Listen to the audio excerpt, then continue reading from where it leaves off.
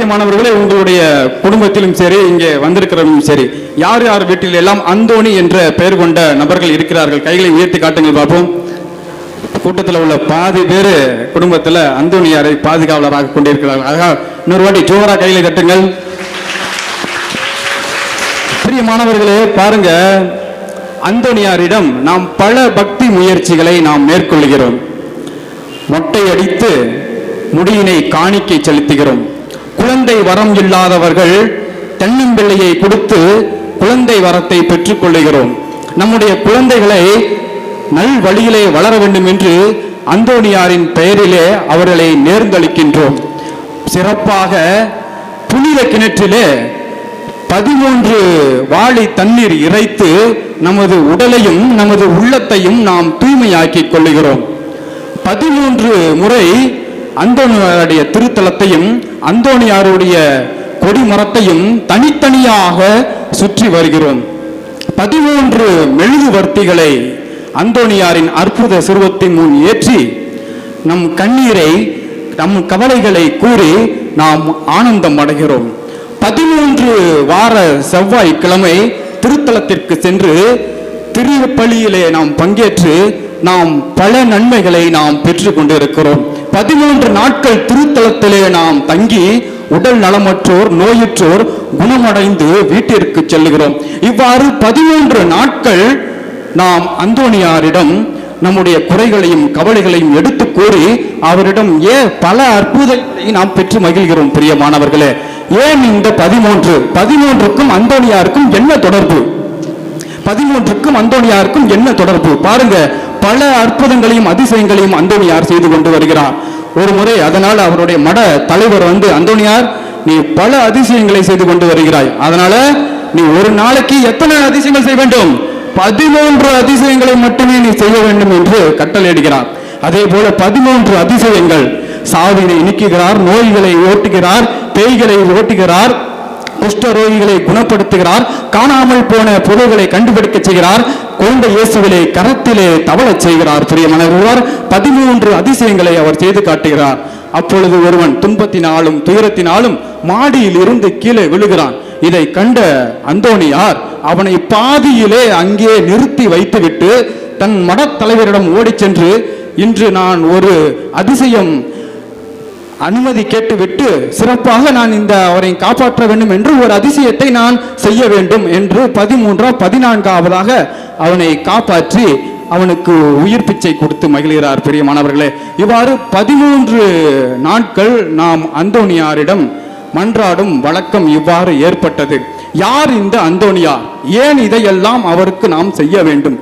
அந்தோணியார் அன்னையின் விண்ணேற்பு நாள் அன்று ஆகஸ்ட் 15, 1195 மார்ட்டின் மேரி என்னும் தம்பதியாருக்கு மூத்த மகனாக பிறக்கின்றார். சிறு வயதிலே பக்தி முயற்சியிலே சிறந்து விளங்கியவராக இருக்கிறார். அனுதினமும் ஆலயத்திற்கு சென்று ஜெபிக்கும் பழக்கத்தை மேற்கொண்டிருக்கிறார். ஒரு முறை கொடூர முகம் கொண்ட பிசாசு அந்தோணியாரிடம் வருகிறது, அவரை எதிர்கொண்டு வருகிறது. உடனே தரையிலே சிலுவை அடையாளம் வருகிறார். அழகை அலறி அடித்து ஓடிக்கொண்டு செல்லுகிறது. பிரியமானவர்களே, அதனால சொல்லுவோம், இதோ ஆண்டவருடைய சிலுவை, சத்ராதிக்களே ஓடி செல்லுங்கள், யூத கோத்திரத்தின் சிங்கமும் தாவீது மரபின் கோத்திரமும் வெற்றி கொண்டார். ஹல்லேலூயா சொல்லுங்க, ஹல்லேலூயா ஹல்லேலூயா. இவ்வாறு அந்தோணியாரே நாமும் அழகையின் மீது அதிகாரம் கொண்டிருக்க வேண்டும் என்று நமக்கு அழகை எதிர்கொள்ள ஒரு ஜபத்தை கற்று தந்திருக்கிறார். ஆகவே அந்தோணியாருடைய பெயரை கேட்டாலே அழகைகளும் அதரும் அதன் ஆட்டமும் அடங்கும். எப்படி இந்த அழகையை எதிர்க்கும் சக்தி அவருக்கு கிடைத்தது? சாதாரணமாக அவருக்கு கிடைக்கவில்லை. மாறாக அவருடைய ஜப வாழ்வும் அவருடைய தூய வாழ்வுமே இதற்கு அடிப்படையாக அமைந்தது. ஆகவேதான் அந்தோணியார் அழகின் மீது அத்துணை ஆற்றலும் அத்துணை அதிகாரமும் கொண்டிருந்தார். எனவேதான் அந்தோணியார் ஆண்டவருடைய வார்த்தைக்கு கீழ்ப்படிந்திருந்ததால் தான் ஆண்டவர் அவருக்கு இத்தனை அதிசயங்களை செய்யக்கூடிய ஒரு அதிகாரத்தை அவருக்கு அளித்திருந்தார். பிரியமானவர்களே, ஜப வாழ்வின் பரிசாக அந்தோணியார் டிட்டோ தன்னுடைய உறவினரும் தன்னுடைய உபகாரியும் நண்பருமான உறவினர் வீட்டிலே தங்கியிருக்கிறார். மேல் அறையிலே தங்கியிருக்கிறார். அப்பொழுது மதிய உணவுக்கு நேரம் தாழ்த்தவே அவருடைய நண்பர் மேல் அறைக்கு செல்லுகிறார். அங்கே அந்த அறை முழுவதுமே ஒளிமயமாக காட்சி அளிக்கின்றது. அந்த அறையிலே அந்தோனியார் கையிலே குழந்தை இயேசு தவழ்ந்து மகிழ்வதை கண்டு அதிர்ந்து போகிறார் அவருடைய நண்பர் டிட்டோ. ஆகவே தன்னுடைய ஜப வாழ்வினால் குழந்தை இயேசுவையே தன்னுடைய கரத்தில் பெற்றார். ஆண்டவர் சொல்லுகிறார், நான் உன் பெயரை என்னுடைய உள்ளங்கையிலே பொறுத்து வைத்திருக்கிறேன் என்று சொன்னவரையே தன்னுடைய உள்ளங்கையிலே தாங்கிக் கொண்டவர் தான் நம் புனிதர் அந்தோனியார். நமக்கு பல அதிசயங்களையும் அற்புதங்களையும் செய்து வருகிறார். ஆகவே அந்தோனியார் நம்மிடம் எதிர்பார்ப்பது இந்த மலர்களை அல்ல, மாறாக நம்முடைய மனங்களையே அவர் எதிர்பார்க்கிறார். இந்த மெழுகு திரிகளை அல்ல, மாறாக மெழுகாக உருகும் நம்முடைய இருதயத்தையே அவர் எதிர்பார்க்கிறார்.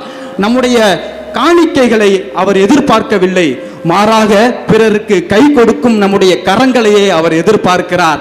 நம்மிடம் பொன்னையோ பொருளையோ அவர் எதிர்பார்க்கவில்லை, மாறாக நீ என் அருளால் நிரப்பப்பட வேண்டும், ஆண்டவருடைய அருளால் நீங்கள் நிரப்பப்பட வேண்டும் என்றே அவர் விரும்புகிறார்.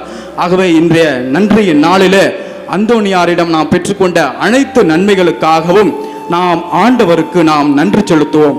மீண்டும் அந்தோனியாருடைய பக்தி முயற்சிகளில் நாம் மேற்கொண்டு வளர வளர அந்தோனியார் நம்முடைய குடும்பத்தையும் நம்முடைய பிள்ளைகளையும் நம்முடைய உறவினர்கள் அனைவரையுமே ஆண்டவருடைய அருளால் ஆசீர்வதிப்பார். நல்லாய் நேசு என்றென்றும் வாழ்த்தப்படுவாராக. ஆமேன்.